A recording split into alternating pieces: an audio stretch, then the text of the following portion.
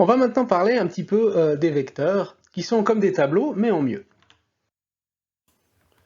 Pour comprendre comment fonctionnent les vecteurs, je vous propose maintenant de faire un exemple avec vous qui va montrer comment on peut utiliser les vecteurs. Alors pour faire ça, eh bien, j'ai ici un bout de code vide avec un main à l'intérieur, et puis je vais déclarer une classe auto, comme nous avions déjà fait par le passé. Cette classe auto, eh bien, ça va représenter une voiture qui va avoir une vitesse maximum, et puis un string qui va être la marque de la voiture.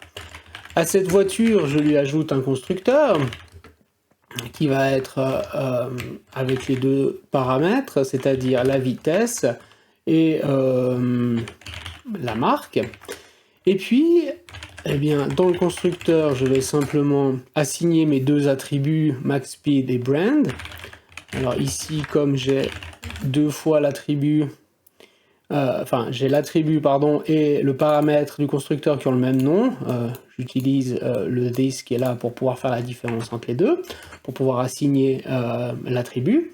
Et puis je vais rajouter la méthode toString qui va me permettre de faire la représentation textuelle de la voiture, par exemple comme ça, qui va être le nom de la voiture suivi de sa vitesse. Voilà. J'ai maintenant donc ma classe auto. Cette classe auto eh bien, me permet de créer une auto. Alors par exemple ici, on va mettre n'importe quoi, une première voiture et une deuxième voiture.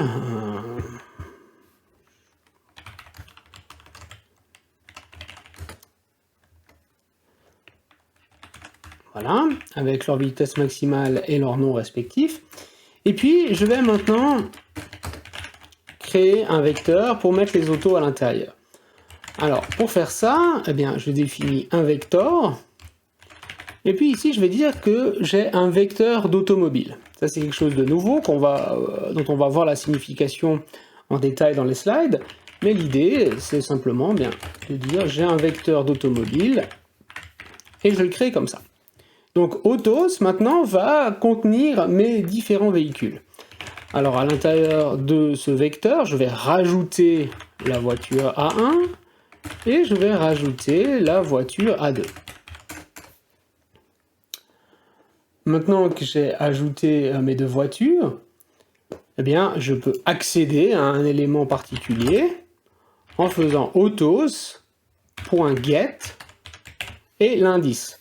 Alors ici, la syntaxe, c'est pas tout à fait la même que les tableaux. Si on avait eu un tableau, j'aurais dû écrire ici auto 1, mais comme j'ai un vecteur, j'ai plus accès à cette notation avec les crochets, je dois faire un get à la place avec l'indice, ici, bien la voiture qui se trouve à la position 1, qui va donc être la deuxième des voitures, et si tout se passe bien, ça devrait écrire à smart44 avec la petite barre et la vitesse. Je vais exécuter pour voir que j'ai pas fait d'erreur, et oui, ça fonctionne bien comme je veux.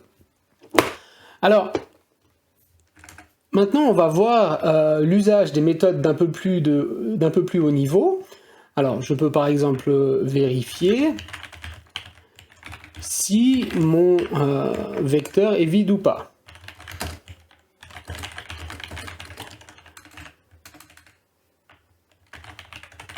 Comme ceci, à l'aide de la méthode isEmpty qui va me retourner un booléen. Donc si c'est vide, ça va afficher le message qu'il n'y a pas de voiture. Et autrement, eh bien, je propose de mettre le nombre d'éléments size ici, qu'il y a actuellement dans la collection. Et la collection. Voilà. Je vais donc juste ici enlever ce ciseau qui ne sert plus à rien et exécuter mon code pour voir eh bien, que maintenant il y a bel et bien deux autos dans la collection. Vous voyez maintenant cette méthode size, elle ne retournera pas toujours la même valeur parce que ça va dépendre du nombre de véhicules que je vais avoir dans ma collection. Je peux également utiliser la méthode contains qui va me dire est-ce que par exemple la voiture A2 se trouve dans la collection ou pas.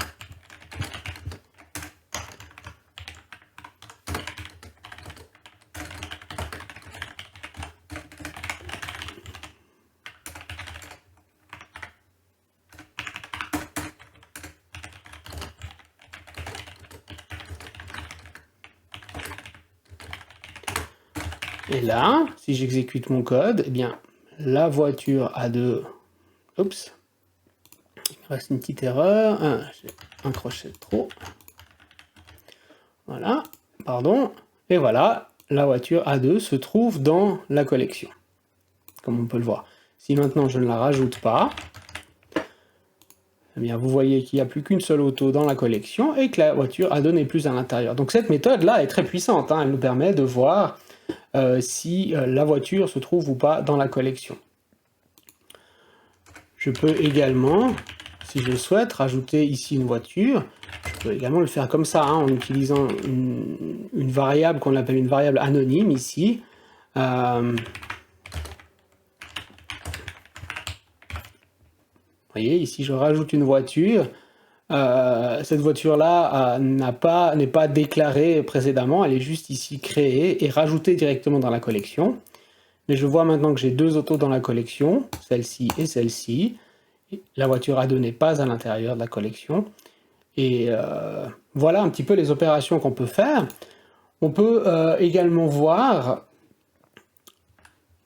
une chose ici. Donc je peux toujours parcourir ma collection facilement.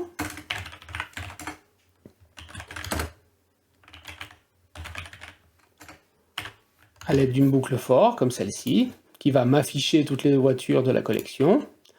Vous voyez, ici, j'ai mes deux voitures qui sont à l'intérieur. Et puis, bien entendu, si je rajoute la troisième voiture, eh bien, elle sera là. Et le code va fonctionner comme je veux. On verra également que cette syntaxe qui est ici peut être raccourcie lorsqu'on a une collection de manière assez élégante. Donc, je vais garder ce code-là comme référence. Mais on peut maintenant faire la chose suivante. On peut dire, pour chaque auto A qui se trouve dans la collection Autos, eh bien, j'affiche la voiture A. Donc ça, c'est une nouvelle syntaxe de boucle qui fonctionne uniquement pour les collections, mais qui fonctionne pour toutes les collections, et qui va nous permettre de passer sur toutes les voitures qui sont ici référencées par A dans la collection. Et là, si j'exécute ce code, eh bien voilà, on peut faire ça. Voilà quelques exemples assez simples de comment on peut utiliser la collection vector, que nous allons maintenant voir plus en détail dans les slides.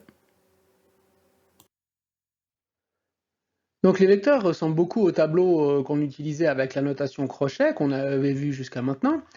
Pour déclarer un vecteur, eh bien, on utilise la syntaxe classique pour la déclaration des objets. Hein. Donc on a ici le type, là le nom de notre vecteur, puis suivi du new qui va nous permettre de créer ce vecteur. Dans l'exemple, vous avez vu que ici j'avais rajouté ces chevrons pour dire que je souhaitais créer un vecteur d'auto. Je vais revenir sur cette déclaration un tout petit peu plus tard en expliquant la différence entre les deux déclarations qui sont valides. Hein. Alors pour accéder à un élément, eh bien, on va utiliser la méthode get suivie d'un entier qui va nous donner la position. La position, comme dans les tableaux, ça commence à 0 et ça va jusqu'à la taille -1. Pour ajouter un élément, je vais utiliser la méthode add, avec ici ce que je souhaite rajouter dans mon vecteur. Et puis, je peux également, si je veux, modifier un élément à une position existante grâce à la méthode set, à laquelle je passe bien la position que je souhaite modifier et le contenu que je veux mettre à la position indiquée par position. Alors, les vecteurs ne sont pas comme les tableaux parce que le nombre d'éléments est dynamique. Également, c'est un tout petit peu plus lent à l'usage, mais c'est beaucoup plus flexible. Et puis, de manière générale, les vecteurs sont des vecteurs hétérogènes. Ça signifie que les types des éléments à l'intérieur du vecteur peuvent être différents. Alors, il faut être attentif avec ça parce que ça pose des problèmes, comme j'essaie de le montrer ici en dessous. Donc, dans ce code-là, ici, je déclare un vecteur avec la syntaxe sans les chevrons.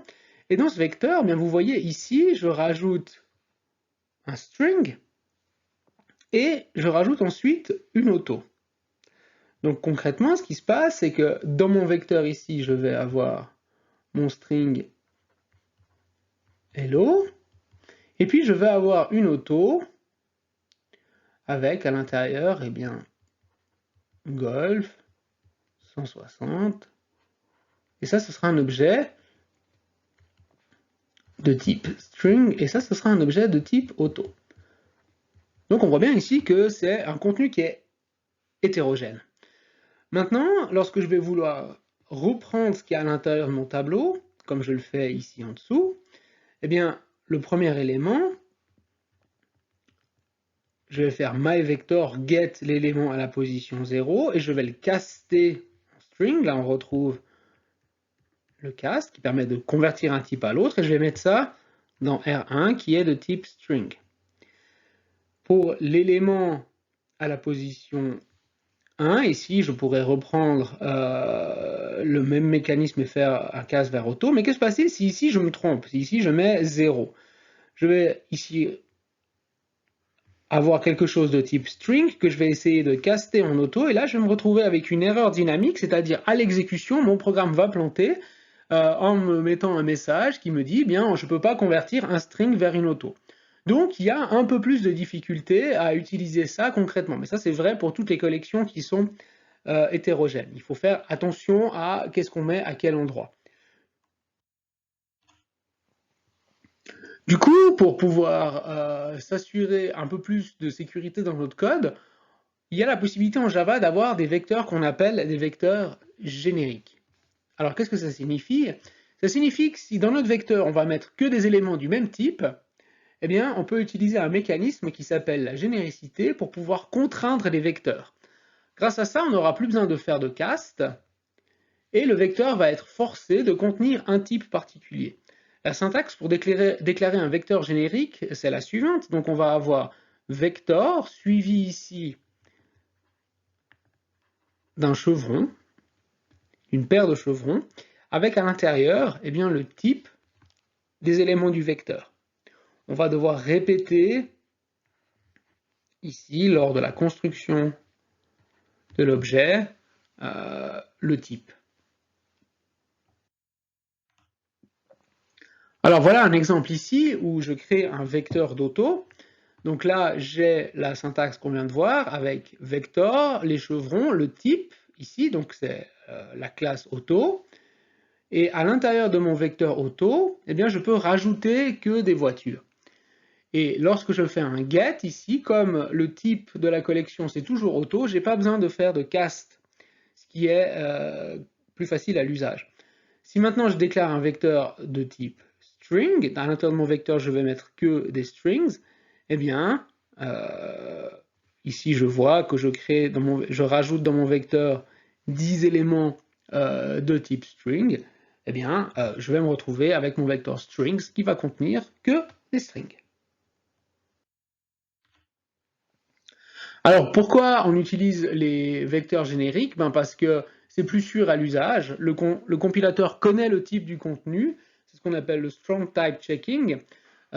C'est toujours intéressant d'avoir le compilateur qui nous contrôle ce qu'on fait, parce que comme ça, on a moins de problèmes. Donc, on essaie d'utiliser le plus possible les types pour pouvoir limiter les erreurs. On n'a également pas besoin de caster les objets dans ce cas-là, et ce sera également plus rapide. Un des avantages qu'on peut avoir lorsqu'on utilise des vecteurs génériques, eh bien, c'est que le contenu, du coup, est homogène, mais d'un autre côté, c'est ce qu'on cherche à avoir, donc tout va bien. Avec les collections, l'un des avantages qu'on a, c'est d'avoir une itération qu'on appelle l'itération avancée, qui nous permet en fait de passer sur tous les éléments de la collection de manière plus simple. Je l'ai un peu expliqué dans la démonstration de code, mais la structure est la suivante. Donc on va avoir ici for, et puis on va avoir notre collection qui se trouve à droite des deux points. Ici la collection c'est autos. Et puis il faut lire cette itération de la manière suivante. Pour chaque auto A dans la collection autos, eh bien, on va afficher A. Donc A ici, c'est le nom local dans la boucle. Autos, c'est la collection qu'on souhaite parcourir. Et auto, là, c'est le type des éléments de la collection. Alors notez bien qu'ici, on n'a pas accès à l'indice de l'objet, mais à l'objet lui-même, ce qui nous permet de faire ça, mais pas toutes les opérations.